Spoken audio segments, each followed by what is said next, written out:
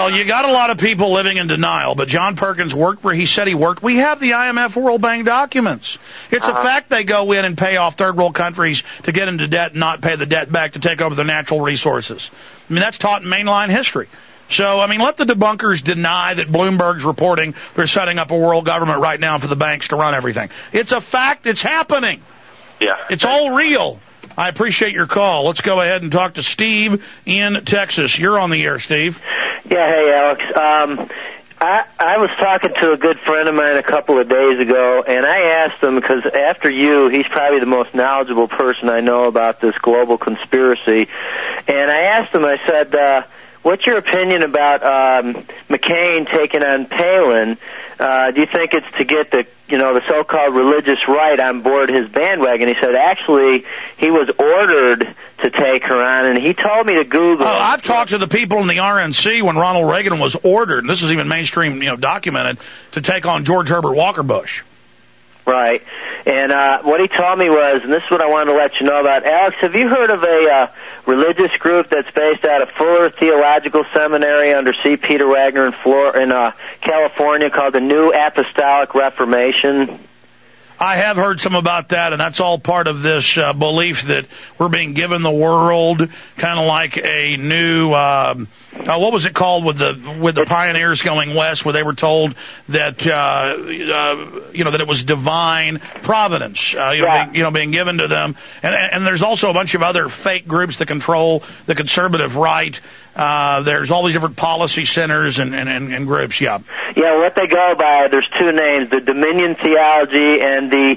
That's it, the Dominionists, yes. Right, yeah. And the thing is that these people, their belief is, we're going to take the world back and give it to Jesus when he comes back. Well, if you Google Sarah Palin and the New Apostolic Reformation, there's a really good article. It's under what's called the Huffington Post, this guy Bruce Wilson, and it says Palin and prayer group says witchcraft fighting spiritual warfare leader, and they said that... No, absolutely. In fact, it's on the tip of my tongue. There's a major Republican group that infiltrates and tries to control Christian groups, and a lot of its members are well-meaning, but they're controlled through it, and it's the same with the left. Anything big, they try to control. There's the World Council of Churches, the National Council of Churches, but what is the name of that?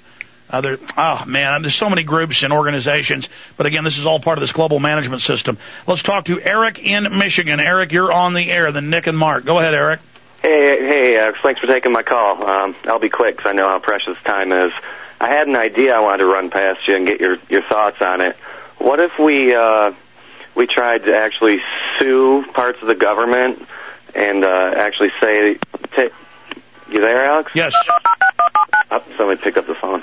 What if we used their own definition of terrorism and took their own acts that meet those specifications and then hold every American who's ever paid income tax liable under the aiding the enemy and funding terrorism? Well, I don't know about that because people didn't knowingly aid the enemy, even though they did fund the foreign private Federal Reserve.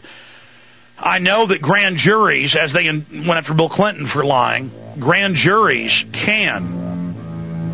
at the state level. And Ron Paul has said the grand juries need to indict, and he listed the crimes, need to indict these bankers. We'll be right back.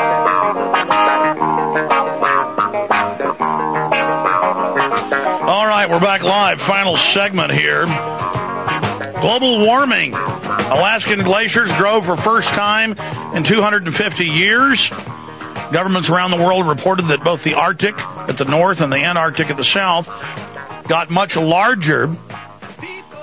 But see, the global corporate controllers, they want a world taxing what humans exhale, carbon dioxide, that's part of the life of the planet. Oxygen, carbon dioxide, light, and water are the key ingredients. And so they can show you a polar bear on a piece of floating ice floe and say, oh, look, he's going to drown. They say this to the kids in school. It's all over the news every day. Polar bears are drowning. Their ice is melting. Polar bears float on those for hundreds of miles, hunting seals and smaller whales like beluga. Polar bear is the strongest swimmer of any land animal. Can swim, recorded over 300 miles, routinely 150. They like to swim that far. And but they say, oh, polar bears can't swim. They're dying. Polar bear numbers, by the way, are way up. You can go look at the numbers on that. anywhere, polar bear populations. Just look at Google polar bear populations. You'll see all the government numbers that they're way up. There's 44,000 of them in North America alone, way up by thousands. But the point is, they show you a polar bear and say it can't swim. We need a global tax. They'll show you glaciers breaking, going into the water, and icebergs. Well, the rain rains on top.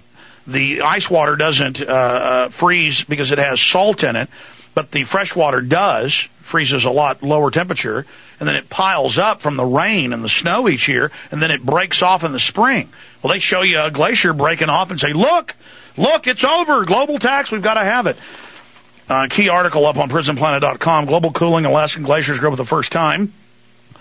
Flows 13% increase in Arctic ice cover. Man, massive 13%. As climate change cult increasingly discredited by evidence of big chill. So now they're saying they want a global tax for global cooling. The sun, ladies and gentlemen, has been really hot. Record temperatures being put off by the sun, record radiation, and now it's record cool in the last 12 months. That's why suddenly the entire solar system is cooling. Mars ice caps were melting. Now they are expanding. Doesn't mean we shouldn't have real environmental policies, though. So the globalists, though, know how to fool you and scam you and run different operations on you. Some of the other news that I have here. New law allows police to collect DNA in secret from people's cups and cigarettes in restaurants in the UK. They're trying to pass similar things here in the United States. They want you to show your passport in England to be able to get a mobile phone. They want that here now to track everything you do because the phones themselves are already tracked. Let's take 4 final phone calls. Let's talk to Mark in California. Mark, you're on the air. Welcome. Yeah, hi. I'd like to talk about a couple issues. First, in regards to the first responders, they need to realize that the 911 first responders were thrown under the bus by Congress, and their $10.9 billion bill... With the deadly asbestos dust, yes. Yeah, they weren't allowed to get any money, while the bankers, of course, got their $700 billion or $5 trillion, whatever it's going to be.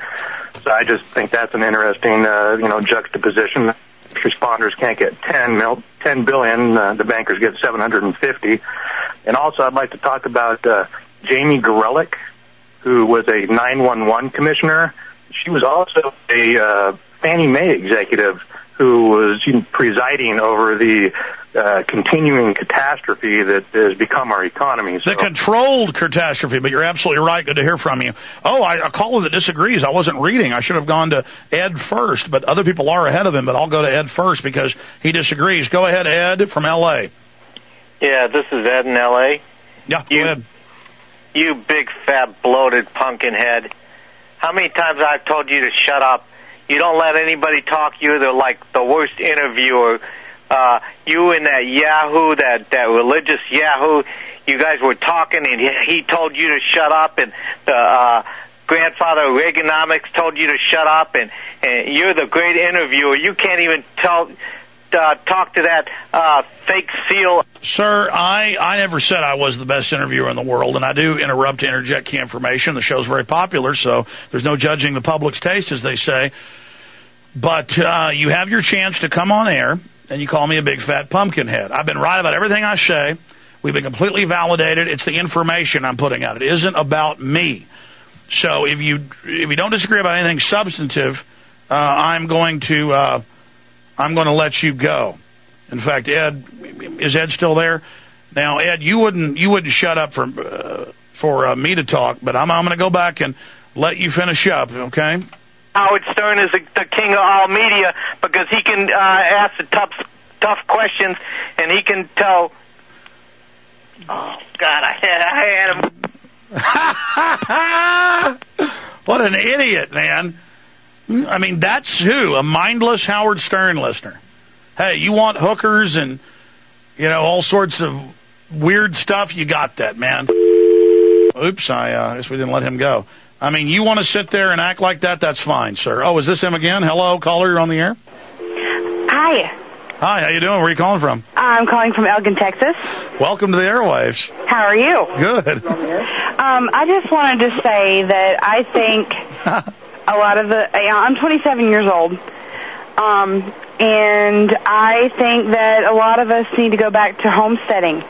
Quit relying on the government to bail us out. That's the solution, is to get local, decentralized, and work in local communities and get back to a true free market. They're blaming the free market for what's happening now. This is not a free market. Private group of banks change the rules to do this, then they pose as a savior. I totally agree.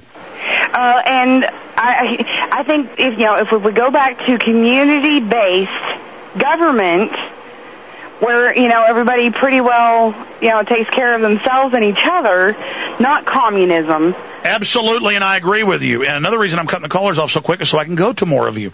But the guy calling me Fat Pumpkinhead would disagree with that. Great points.